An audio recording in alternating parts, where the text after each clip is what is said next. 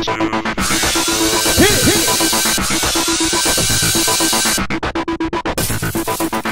everyone, welcome to tonight's BB11 recap. Well, Maddie, last time the 12 house guests entered the house and they found out that effing Jesse was back. I don't like him.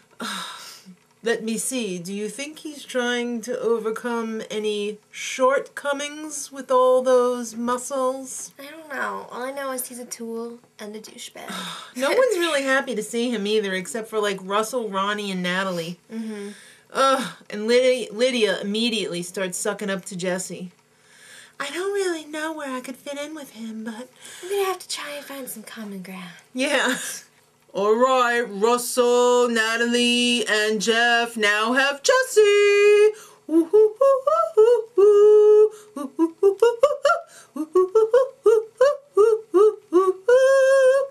So, Jeff and Jesse, right off the bat, have a little meeting in the storage room.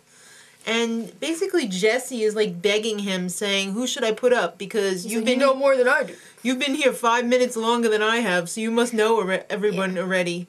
Better than I can. And Jeff doesn't want any part of it. Jeff's like, whatever, bro. And Jesse's like, things are gonna get serious really soon, so I need your help. Yeah, we could be up against each other next week. No.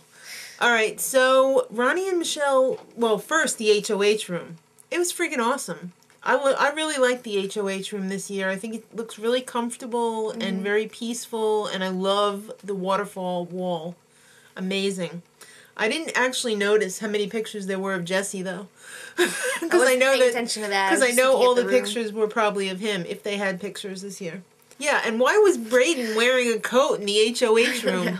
I'm going to go right on the record right now and say two of my favorites are Jeff and Braden. Woo! Woohoo! Alright, so Ronnie and Michelle, those poor kids. They were called gay in high school because, you know, they're the brains. And everybody knows that the brains are gay, not... Right. You know, everybody who, you know, is smart went through that, so get over it. Build a bridge and get over it. Ronnie's in a secret alliance with Ronnie. No, and Jesse. What? It might as well be Ronnie because people got to think for Jesse because apparently he can't think for himself. No. Well... Lydia and Kevin are not happy about being back in high school. And they don't know how they're going to relate to Jesse. Lydia's advice to Kevin is, don't judge Jesse by his cover. Well, she also said, like, use that being judgedness to get closer to him. Right.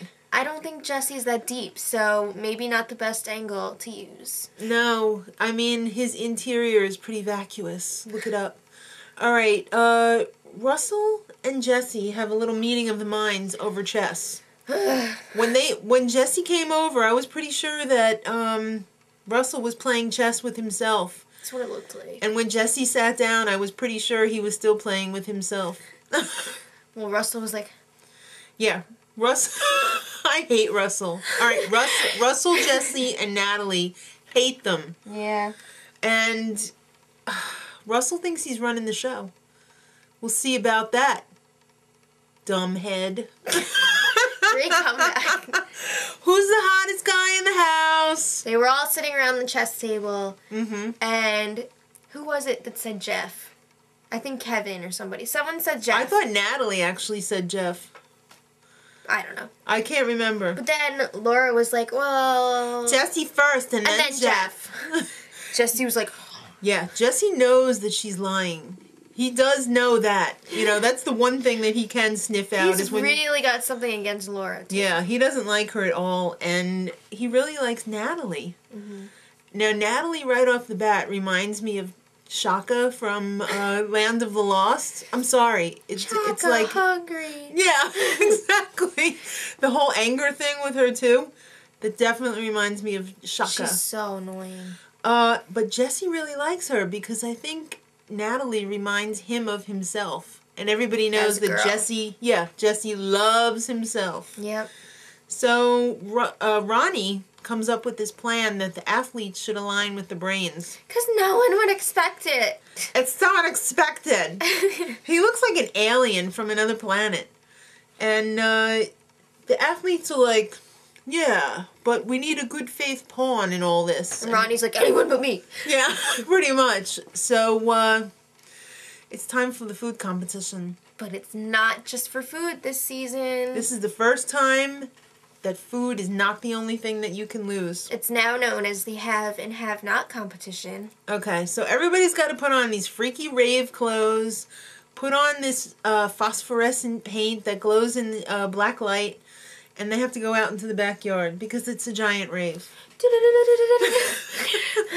Get on your wheel of ecstasy and no. Alright, so they turn on the black lights and you have to build your pipes across the backyard to fill up the letters have. Well, H-A-V-E, which right, spells have. With this colored liquid that like glows in the dark. Mm-hmm. And the losers are going to enjoy the worst conditions ever. Now they're going to be on slop. Right. They have to stay in the doom room, which sucks. And they have to have cold showers only. Mm-hmm. The doom room looks like a surgical suite almost, in like an insane asylum. Yeah. So there was pretty much an unofficial leader for each team. Right. Casey was doing really well for his team. He's got those teaching skills. He's so a fifth grade science teacher. Yeah, make things understandable and stuff. Yeah. Ronnie was a huge disappointment. What the hell was he doing? He was like this. He was like, we need a 90-degree over here, and then we need a... His plan was at first to make a straight, like, linear type thing. That and he was, working. like, building crap around himself. It was really weird. Braden was the shining star. He was, like, building this kooky thing, but it worked. Braden's a freaking genius when it comes to rave building. Well, who knew? The athletes didn't have to compete because they're in power right now. And, the offbeats finished first, so it came down to the brains, and... The populars came in second, and the brains lost, because they're stupid. Chima was freaking out. She was really pissed. She's such a sore loser, and she's like, I'm not going to be that girl. I'm a diva. I don't have to deal with this. I could go home to a warm bed and lots of food. But, she decided to stay, because the smell of money was better than her warm bed. So it's time for the bikini competition. Ladies only, please. Yeah, so Laura came out. Jessie effing hates her. I'm sorry, her boobs are too big. She's not that attractive, and she's missing part of her upper lip. Yeah. Alright, so Lydia is like throwing up in her mouth as she gives Jessie this massage. Because I guess she thinks it's going to keep her from going up on the block. It's kind of working. I don't know. But Jessie, Natalie, and Russell, when you put them all together, they kind of make one whole brain. Almost. So they're like strategizing who they should put up on the block when it's really Jessie who should be deciding who's going up on the block. But, you know, he just can't think for himself. So it's time for nominations. Go ahead. Jessie nominates Chima and Lydia because they're both playing the game. Sure. That's the lamest excuse I've ever heard. It's actually because Natalie feels threatened by Lydia. And Shima's the good faith pawn. Or so she thinks. Yeah. So next time, also known as Tuesday, they're going to have the POV ceremony and the competition. They're having the competition. I got it backwards. Jessie creeped in. Alright, so... into my brain. He stole part. Alright, so next time, we'll see you then. Much love.